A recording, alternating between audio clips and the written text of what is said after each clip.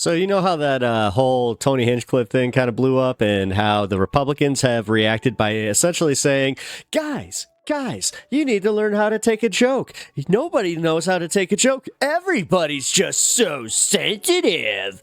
Well, get this. Apparently Joe Biden was getting interviewed, and at some point in the interview, he dropped a bomb, which I have to just call it what it is. It is a bomb. Like it was like, what's he doing?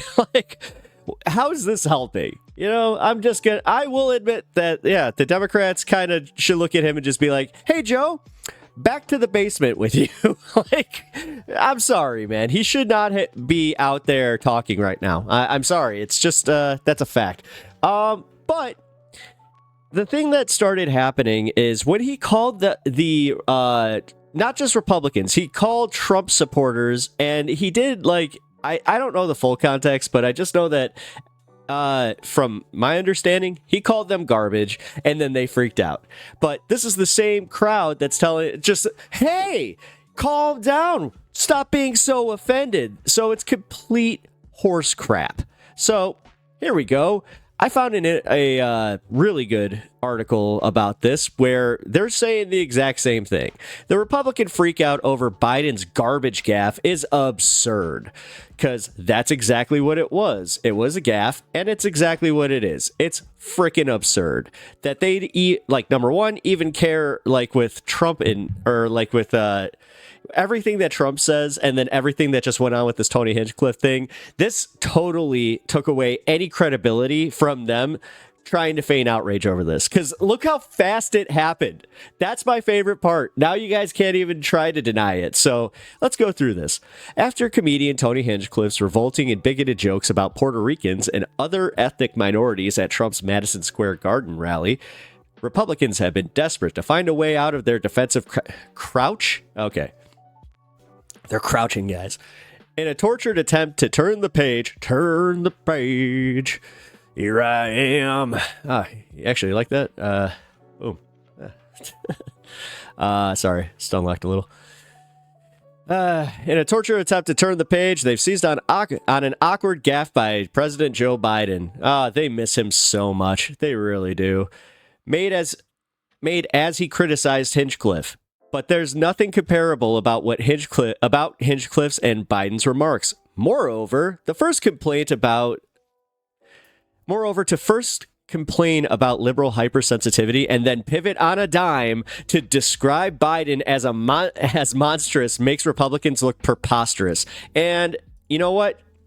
I'm not letting this one slide. You guys do. Anybody that has this mentality that goes online and I've even looked into it, and I saw, sure as crap, some of the people that I tend to follow just for fun losing their collective minds over this. So this was hilarious to see. And now I'm kind of glad. I'm kind of glad that this happened so quickly, back to back with each other, because sequentially. During a video call with Voto Latino on Tuesday night, Biden criticized Hinchcliffe's joke that Puerto Rico is a floating island of garbage as beyond the pale. They're good, decent, honorable people, Biden said of the Puerto Rican community. Only garbage I can see floating out there is his supporters. You know what? Again, he didn't even say like directly, you guys are garbage. He didn't do the basket of deplorables thing, but for anybody to collectively lose their mind over this and being called garbage when everybody's gone so far. Like, dude, you guys have used PDF files, YouTube slang for just making sure that I'm TOS, But yeah, you literally call them that. Like, you just call Democrats blanket PDF files. Let's see. Or did Biden's operative phase end with his supporters? Wait. White House Press Secretary Andrew Bates immediately posted on X that Biden was referring to the hateful rhetoric at the Madison Square Garden rally as garbage. A transcript Bates shared includes an apostrophe that, if accurate, would mean that Biden was referring to Hinchcliffe. The only garbage I see is his supporter. Oh, I see. Shortly after thereafter, Biden posted on X a more forceful, clarifying statement. Or the fact that they are even trying to do this back foot crap, they should have just been like, I thought you guys weren't offended. See, and this is kind of where a lot of people do say that, like, Dems are too cordial, where you do have a very, I think it's a small contingent, but you do have a contingent on the left that wants Democrats, and like, I wouldn't even say this is far leftist. I would actually say that these are, center left people that would like to see some balls on the Republican Party. That's why they reacted to the weird stuff with Walz. Like, they actually really liked that. They liked seeing Democrats playing the game instead of just trying to be like, wow, we go high. We always go high. We want to make sure that we're never on their level. And it hasn't worked for them in the slightest, because there is an appetite for, a little bit of combat sports in politics. I mean, wouldn't that be fun? Just go straight octagon with it. All right.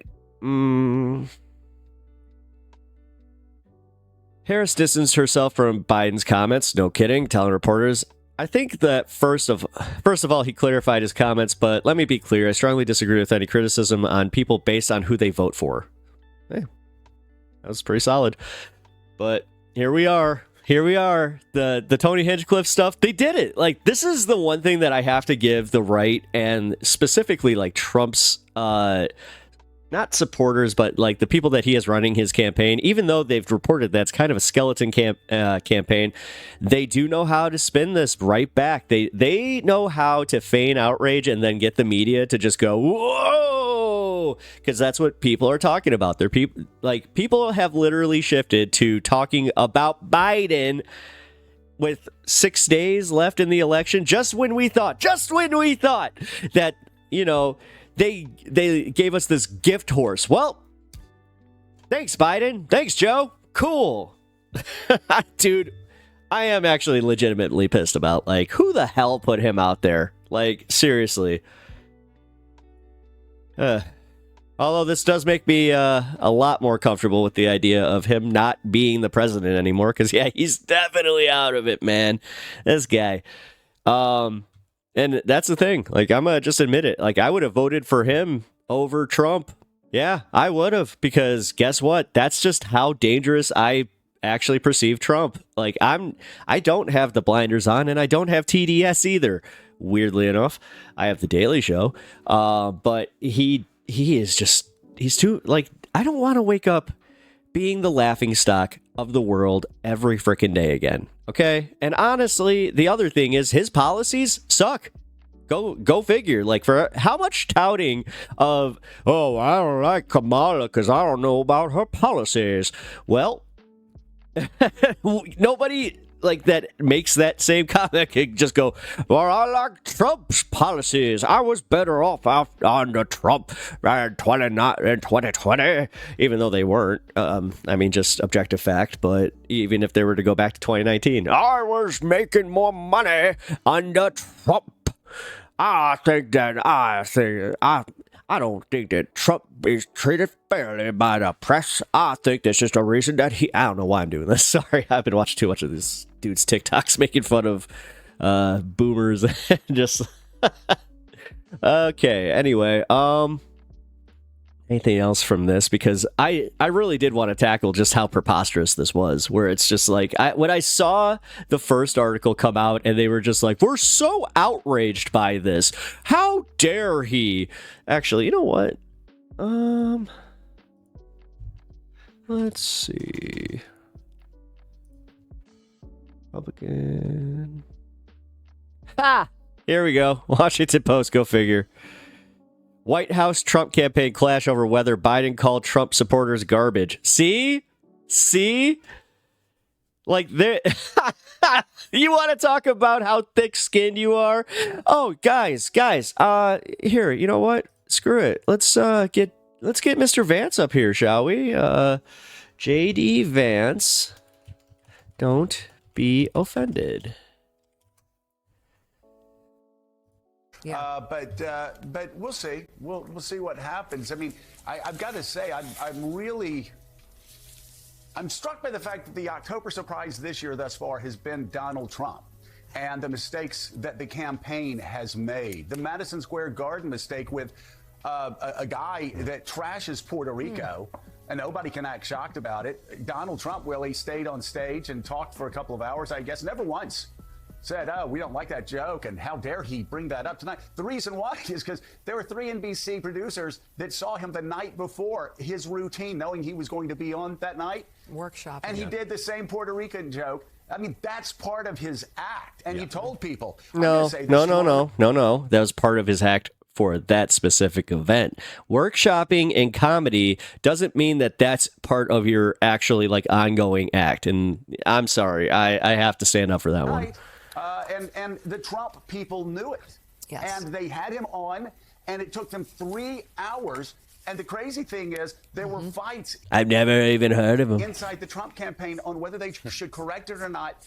And J.D. Vance yesterday, doing what only J.D. Vance can do, making a really bad situation a whole lot worse for your campaign, goes, I don't know what the big deal is.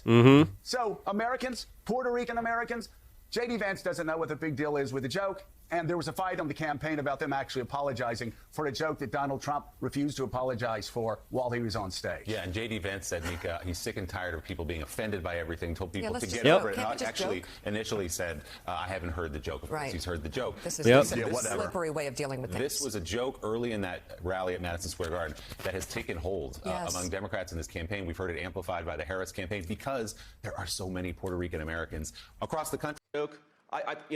Maybe it's a stupid racist joke, as you said. Maybe it's not. I haven't seen it. I'm not going to comment on the specifics of the joke. But I think that we have to stop getting so offended at every... Okay, JD. Okay. Maybe. All right. Every little thing in the United States of America. I'm so over it. Okay, so... Does this guy... Man, you want to talk about just a dude that constantly steps on his own dick? This guy, I swear, this is at least one of the funniest presidential cycles as far as like VP picks, because you got, I'm a little bit of a knucklehead sometimes in walls where, yeah, you know what? Some of his gaffes are actually just like, dude, what the? It's seriously? It was like the one with the debate where he's just like, yeah, I'm friends with school shooters. It's like, oh, are you now? Like, what? That's but that's also where I think that the media needs to be called out for their disingenuous coverage of the Democrats and just in general of Donald Trump. And, that's why I've been focusing on that a little bit more, especially with like the Charlemagne the God stuff, because it is ridiculous. It is ridiculous that we just give the hall passes that we do to Donald Trump just because he's Trump. And then you hyperfixate on, the second that somebody loses a little bit of that perceived decorum from the Democratic side, and somehow, some way, it actually works where they're just like, yeah, but I don't agree with Joe Biden calling us garbage. How dare he? I'm offended. And that's all we need to start doing is like, okay, are you offended? Are you? Okay. All right. Well, then we're going to go right back to being offended by Tony Hinchcliffe. Like, if you want to play that game, let's play that game, guys. Like, seriously. I think that a lot of people, honestly, are looking a little too deep into this. I've seen some left-wing commentary specifically that has been like really hyper-fixating on the fact that this may have swung the election in Pennsylvania because of his the Puerto Rican comment and how many Puerto Ricans live there. I hate that shit, dude. Like, you guys are being super unrealistic. Also, like, way to just... It's the most cynical, like, view on electoral politics where you're just like, oh, did you hear what they said? Did ya? Did ya? Don't be surprised when people are just like, okay. And then on top of it, with the media coverage that Donald Trump has received, don't be surprised when people just go, yeah, but that's Trump. We're conditioned to just expect that from this guy now. Like, what am I really supposed to be outraged? So, yeah, I think that it's kind of funny. Just like the way that this worked out the timing. I mean, I think, what is it? 2 days? We're 2 days removed from the MSG rally. So this happened so fast, or 3 days. I don't know. What day is it even? It's Wednesday. I think that happened on Sunday. I don't know. I don't even know anymore, guys. It's all meshing into this election cycle blob of just mush. But realistically, I'm not changing my take on this, though. I don't think that Tony Hinchcliffe was the right comedian to be doing that event. I know, hot take from a leftist, but if I'm just being fair, like, I think that was just a bad strategy. I think that everybody, like any actual political strategist that saw that happen, was just like, dude, why would you do that? Why this close to the election? Are you trying to lose? Because I mean, I even started perceiving it. I'm like, wait a minute, like, I know he's doing the roast, but does he realize that they're getting roasted? Like, he's kind of making fun of the fact that you guys are just so mask off racist. Like, sorry, that was kind of the commentary. It was the commentary on the actual people that support. So again, I don't think that Biden was wrong. Like, I think that people that can feign outrage just as quickly as they can tell you to not be offended by somebody, you are a piece of garbage. You're just a human piece of garbage. I don't care who you vote for. It's the fact that you're not consistent in your morals. You're not even consistent in your outrage. Like, you're just an asshole who wants it the way you want it. And you can't even admit that, where you're just like, I just want things to be the way that I perceive them, and that's it. And everything else sucks. And Democrats suck, and my own kids suck because they hate me, and I don't know why. I wonder how many people are actually out there like that, where it's just like, I mean, it's not like I pushed my kids away or anything. Is everybody else ready for this to be over? Because I am so burnt out. But how fun was this, though? How fun was this just to expose how ridiculous, I mean, this exposes the media, too. This exposes the fact that it's like, oh, here you have everybody outraged about the Tony Hinchcliffe thing, and then you get a senile old man literally being like, oh, he made a joke about garbage, did he? Well, I think the only garbage in here is... I mean, honestly, he couldn't even do that right, where he could have just been like, I think the only garbage there is the guy who's making the joke. But instead, he had to say supporters. It's just like, Joe! Come on, Joe! What are you doing? I can't wait for that SNL cold open. Like, she's just... I wonder if they're actually going to do that, where it's like, Joe Biden, what are you doing? Oh, dude, Dana Carvey's going to have I'm going to be completely honest. I think that those, the cold opens have been wonderful. The rest of SNL has been just completely wacky, though, and not in a good way. I watched just a recent skit where, what's her name? Ariana Grande was on, and they did this, like, weird thing where it was, like, oh my god, an Italian, like a 1700s Italian court where they were making jokes about castrato, and I'm just like, this is not funny. This is so cringy. And it was all about the talking like this. This is the best that we got. Like, 2024, guys. SNL, yeah, he couldn't even, search through YouTube and to steal some material from some people, allegedly. I got many examples, by the way. I got too many examples from different shows where it would be like, I'd be listening to a bit on like a Thursday, and then on Saturday they would they would literally do the thing, and you're just like, that was a bit from the bonfire, but okay, cool. That's what I want to go back to. It's listening to a little bit more comedy and trying to lighten up a little bit, which is weird considering, like, even the fact that Tony Hinchcliffe is involved in this, and then you have guys like Dave Smith going out there trying to defend him, and he's just like, that's kind of my friend. But it is kind of funny to watch these comedians dealing with the fact that they're not in their normal circles. So they're so used to having the yes men, especially from, like, I hate to put them on blast, but Bert Kreischer's and, like, the bigger comedians that make it about them.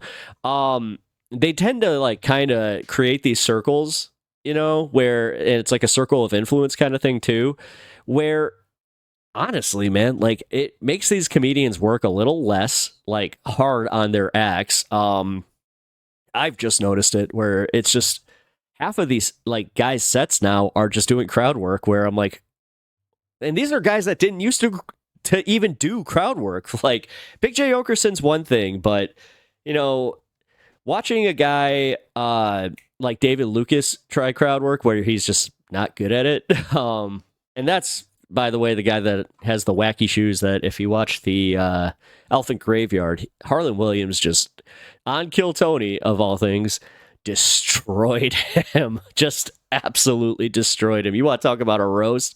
Ooh, it was fun.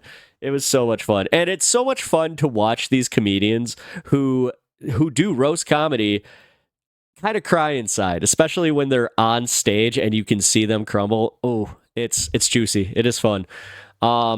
There's nothing quite like seeing a bully get their comeuppance, and I think that we are all here for that. You know, just as a society, we love seeing a bully get punched in the face. You know, but with that being said, I think that I covered this enough because yeah, it's ridiculous. Like it's ridiculous. On I'll just say this too. I was saying this before the Joe Biden thing, where yeah, I thought that the left kind of took it and ran with it a little too quick, where I was like, guys, you're doing the Nazi thing.